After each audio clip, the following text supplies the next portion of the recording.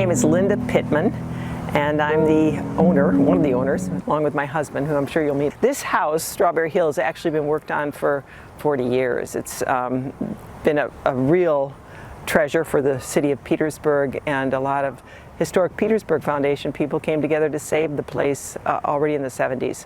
Here we are in the parlor, and this is, we believe, the way it looked in 1792, or close to thereabouts at any rate. The specialty of this room, or the thing that's particularly noted about it, is this incredible plasterwork, the detailing that you'll see up in the corners, and then these carved alcoves. And here's where we would have baked bread had we been in this house 220 years ago. I think the city of Petersburg did a fine job. They were very receptive and helpful, and both the representatives from my ward and from other wards were willing to reach out and try to work with us as we went through the process to try to figure out what the best zoning designation would be. And ultimately, it got put off a couple times because of COVID, but my passion for opening these buildings is first and foremost to share these beautiful, beautiful structures that are part of Petersburg with people who would generally not have access to them. This house is primarily the work of Joe Miller, the restorer, and it's been a pleasure to learn so much from his taste and his abilities and his many, many years trying to think through what would be the most beautiful way to experience that house, and that's been a great pleasure.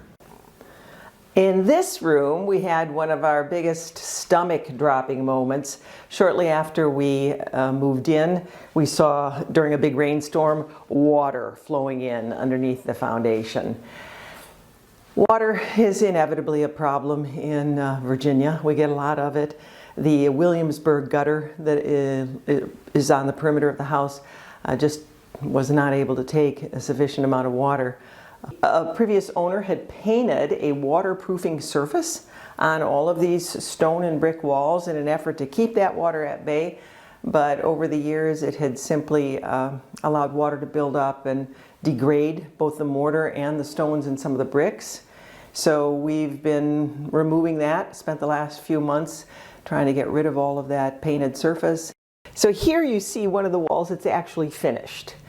This one has had all the paint taken off, it's had all of the old mortar gouged out, reapplied, and then cleaned up.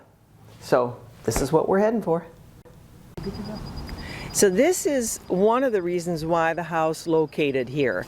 This, we're looking over right now at a fabulous old water corridor through the city of Petersburg. If we were to go down into that meadow past the white fence, you'd see a well over 200-year-old stone bridge. And at the bottom of the ridge, we've got lots of wonderful fresh water welling up and draining into this waterway, ending up in the Appomattox River. But for the people who lived here at the time, it was how you got your water.